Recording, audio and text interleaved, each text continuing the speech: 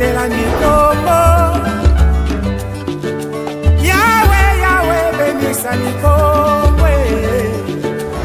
Yahweh, Yahweh, batela mikongo.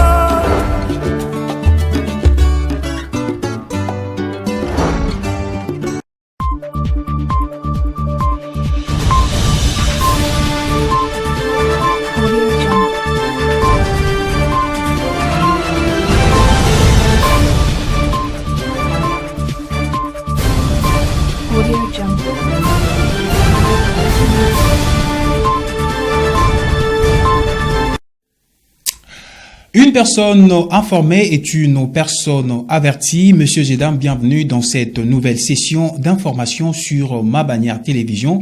Un très grand plaisir est pour moi de vous le présenter. La communauté internationale a célébré ce jeudi 5 décembre 2024 la journée mondiale du sol. L'objectif de cette journée est de sensibiliser l'opinion publique sur l'importance d'une bonne gestion du sol pour un avenir durable. Cet élément de Fallon Kenge nous en dit plus.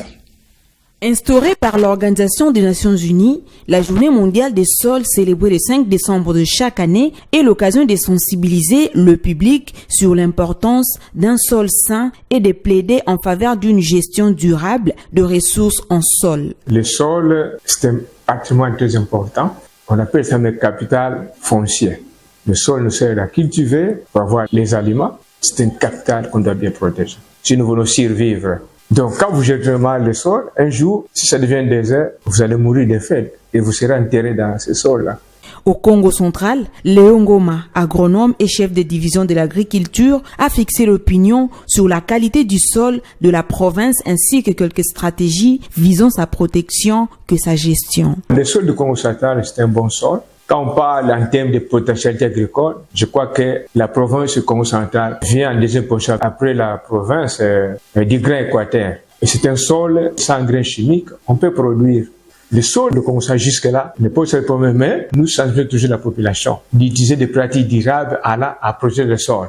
Ces techniciens est revenu par ailleurs sur quelques bonnes habitudes qui contribuent au bien-être du sol. Dans l'ancien temps, nos parents laissaient la jachère. Pourquoi on laissait une période de repos du sol? Pour permettre au sol de se reconstituer. Parce que quand on cultive un sol, on ne peut pas cultiver ce sol chaque année. Ça va s'appauvrir. Oh, il y a des techniques agricoles durables.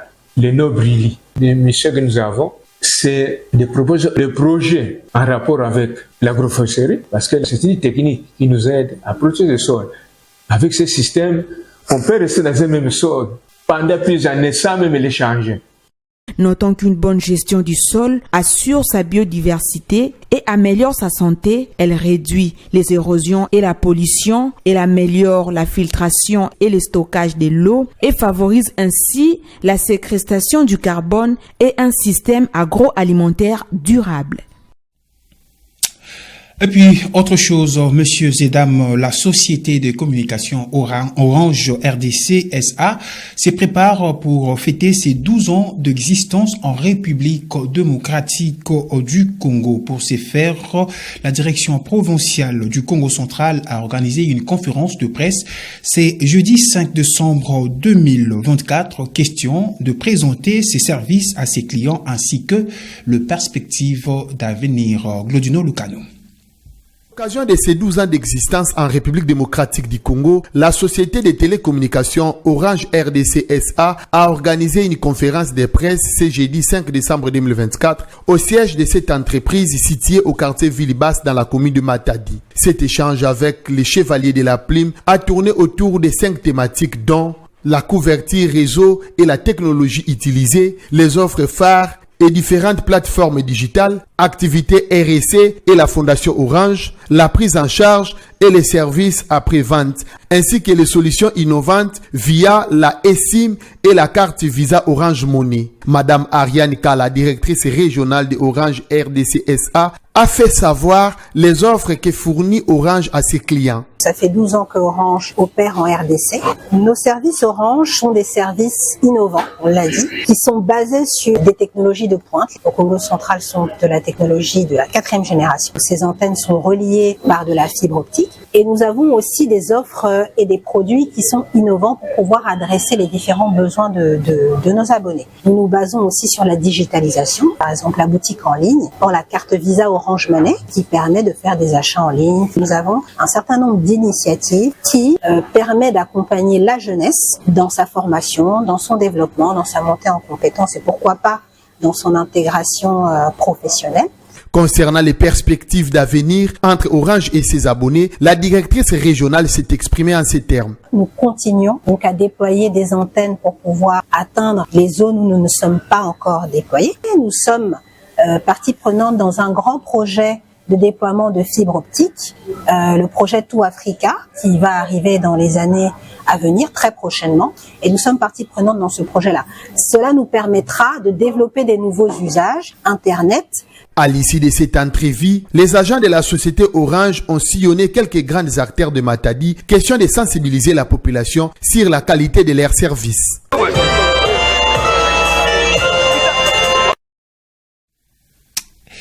Et puis, après la pluie diluvienne qui s'est abattue dans la ville de Matadi dans la soirée du mardi 3 décembre dernier et causé plusieurs dégâts et pertes en vue humaines, l'honorable Ndjouzi Kassa Amzi, député national élu de la circonscription de Matadi, a au cours d'un duplex adressé ses condoléances aux victimes et à toutes les familles éprouvées.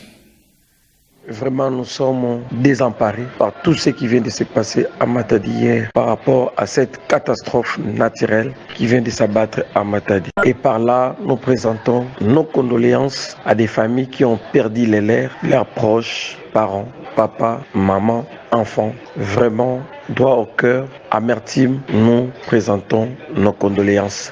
Et aussi beaucoup de regrets pour toute la population et tout celui qui a perdu ses biens de valeur, maisons, boutiques, etc.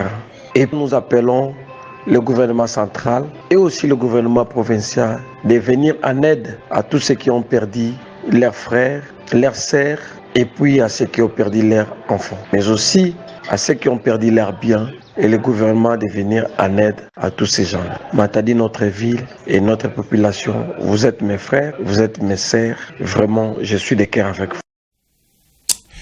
Dans la société, insalubrité au rond-point Bouzé, Laurent Désiré Kabila, ex-24 novembre, on en parle encore dans cette édition du journal Monsieur Zedam, après que le service d'assainissement de la mairie de Matadi ait rendu salubre ces tronçons publics et stratégiques de la ville. Il y a quelques jours passés, l'on constate à nouveau la réapparition d'un dépotoir improvisé toujours sur le même endroit. Suivez. Considéré comme un endroit stratégique du point de vue de son positionnement géographique dans la ville de Matadi, le rond-point Musée Laurent Désiré Kabila, ex-24 novembre, a perdu sa beauté d'entente à cause de ces dépotoirs improvisés qui restent éternels. Malgré les efforts de la mairie de Matadi qui à chaque moment initie de travaux d'assainissement de cet endroit, mais en vain, les efforts reconnus par le chef du quartier, Ville Haute. Vraiment, je suis content avec monsieur le maire pour ce qu'il a fait. Nous sommes là pour accompagner monsieur le maire. Pour nous, notre part, pour sensibiliser la population, ce qui concerne l'évacuation des déchets là, pour nous informer, ne plus agiter là-bas les déchets. L'information doit passer d'abord au chef d'avenir, le chef de série, pour informer la population. Nous utilisons les mégaphones, voix orale et les médias aussi. Mais curieusement, après les dernières évacuations, ces dépotoirs publics improvisés réapparaissent. Il s'y est de rappeler que, dans nos précédentes descentes sur terrain, ce même chef du quartier s'est plaigné sur les comportements de la population qui, selon lui, n'observait pas les règles d'hygiène. Et ce, avant de les inviter au civisme. À en croire le propos tenu jadis par la population environnante hors caméra, que la mairie aurait autorisé les dépôts des immondices à ces lieux. Le coordonnateur du service d'assainissement urbain, Papi Amboka, rejette en bloc ce qu'il considère de fausseté et produit conseil sur la technique de gestion de déchets. La population n'a pas dit vrai nous devons nous habituer à faire le salongo. Si aujourd'hui nous avons les inondations dans la ville, c'est par rapport à nous-mêmes, la population. Nous jetons de la saleté partout. Cet endroit, le rond-point 24 novembre, doit toujours rester propre car c'est une route principale où passe le voyageur. Que la population trouve une bonne habitude. Creusez des trous derrière vos parcelles et mettez vos poubelles. Ça nous épargnerait de plusieurs dangers.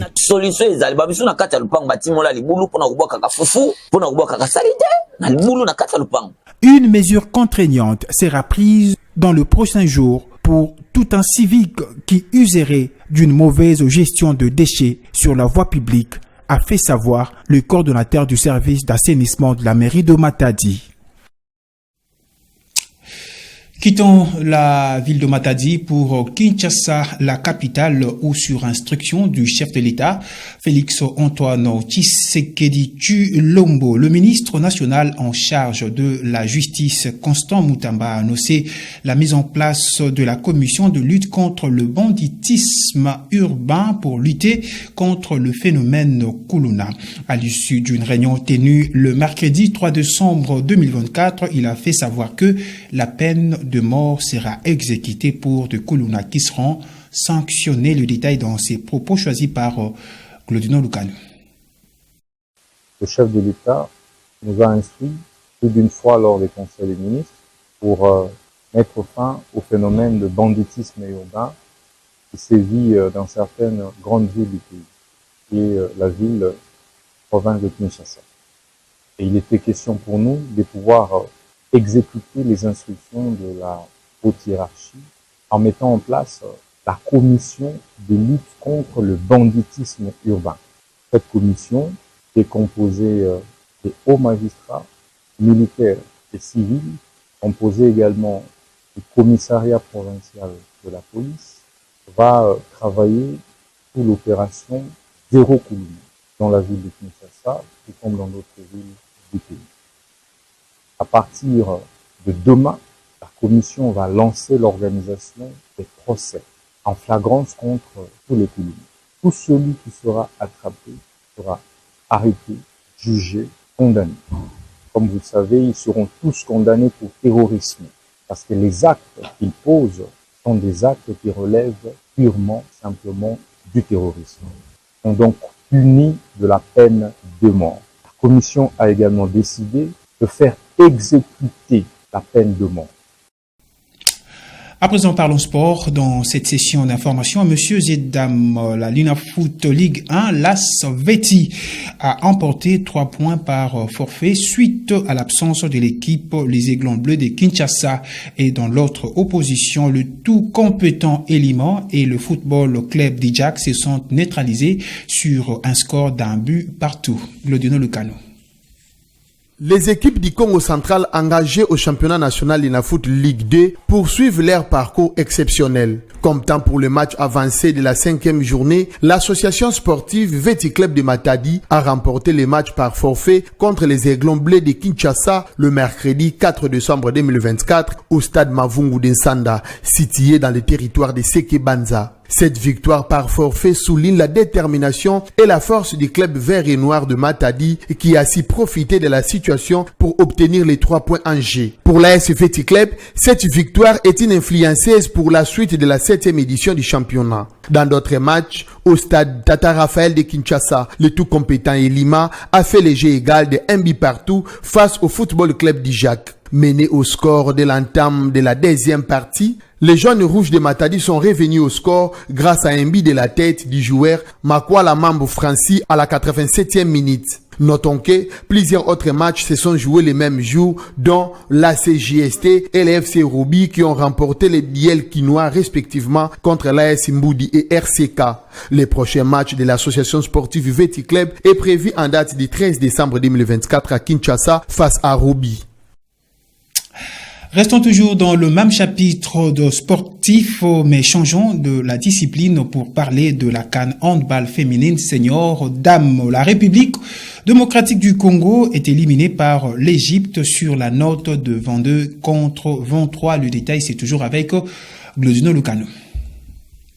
La fête est gâchée. La République démocratique du Congo, pays organisateur de la 26e édition de la CAN Handball Senior Dames, est arrêtée à mi-chemin. Dans un match serré, les handballeuses congolaises se sont inclinées 23-22 devant les Égyptiennes le mercredi 4 décembre 2024 au gymnase jumelé du Stade de Martyrs avant la 4e demi-finale de la compétition. Éliminée du tournoi, l'équipe congolaise de handball devient inéligible au 27e championnat mondial de handball senior dames qui se tiendra l'année prochaine en Allemagne et aux Pays-Bas. D'office, elle est soustraite parmi les 4 nations prévues.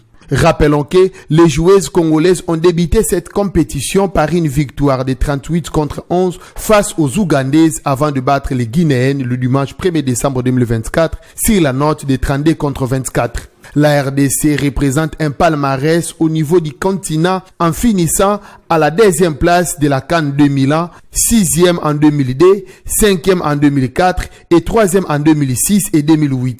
Cette équipe de handball a participé aux 3 championnats du monde sur 5, 22e en 2001, 17e en 2007 et 20e en 2009. Les Congolaises vont donc attendre la prochaine CAN pour une nouvelle aventure tout en oubliant celle organisée au pays. Fin de cette session d'information sur Mabanière Télévision. Merci à vous, mesdames et messieurs, de l'avoir suivi et surtout bonne suite des programmes sur nos antennes. D'ici là, portez-vous bien.